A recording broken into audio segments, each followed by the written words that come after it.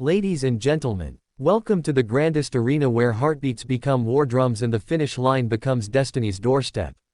In one corner, the Flying Dutchwoman, the Tempest from Amersfoort, the Queen of Rhythm between the hurdles, Femke Bol. And in the other, the Storm born of Faith, the Breaker of Clocks, the Sovereign of Seconds, Sydney McLaughlin-Levrone. But wait, hold that bell, still your roaring hearts, because this time, this war, this long-awaited rematch, will not happen. No, not in Tokyo. Not under those blistering lights. Not with gold glimmering like a promise between them. Because Sydney, the destroyer of records, has chosen a different battleground. She's moved away from the hurdles. Shifted from rhythm to raw pace. From the art of gliding to the violence of sprinting. The 400 meters flat, her new coliseum. And how she entered it like thunder. Like the crack of divine lightning.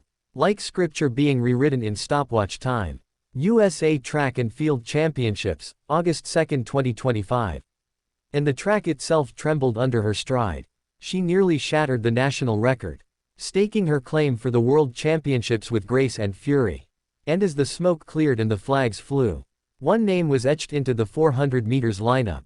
Not in hurdles, but in the flat, Sydney McLaughlin-Levrone. And as that news crossed oceans and found its way to a familiar face, another heart stirred in the Netherlands.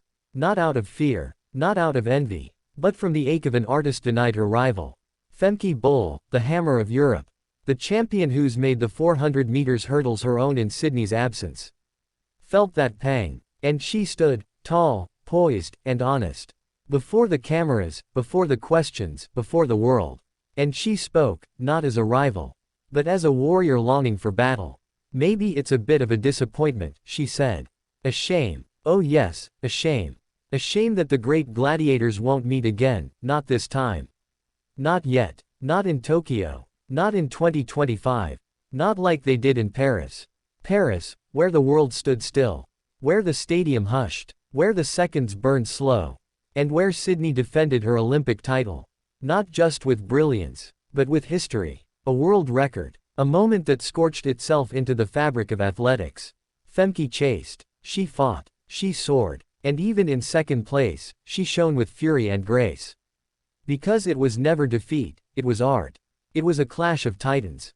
But this year, the sequel slips away. Sydney walks a new path. And Femke stands at the edge of a battlefield with no foe in sight. Only her own limits. Only her own legacy to chase. And yet she says it all. With humility. With wisdom. With the spirit of a true champion. As a track and field enthusiast, I think it's great that she's going to do the 400. Respect. Even when denied the duel. Even when fate says not today. She celebrates the sport. But then she lets the truth echo. As an athlete, I'd love to run against her. That just hasn't happened very often. That is the heart of it. Not rivalry for hatred, but rivalry for glory. For the test. For the thrill of pushing beyond possible. Because someone else demands it from you. She wanted the fire. She wanted the weight of Sydney beside her. She wanted the impossible back in her lane. Because only in that heat does true greatness emerge. So now, as the World Championships draw near, we won't see the golden duel. We won't see Bol versus McLaughlin-Levrone over 10 hurdles. We won't see stride for stride war between rhythm and grace. But we will see Femke Bol stand alone and chase something greater than rivalry. Perfection. And we will see Sydney in the flat 400, where she now sculpts history with new tools. No hurdles. No rhythm. Only raw, merciless speed. Two queens. Two legends. Two burning comets in different skies. And we, the mortals below, we only whisper. One day they'll clash again. One day the lanes will align. One day the clock will hold its breath again. One day the duel returns. And when that day comes, it will be thunder versus lightning.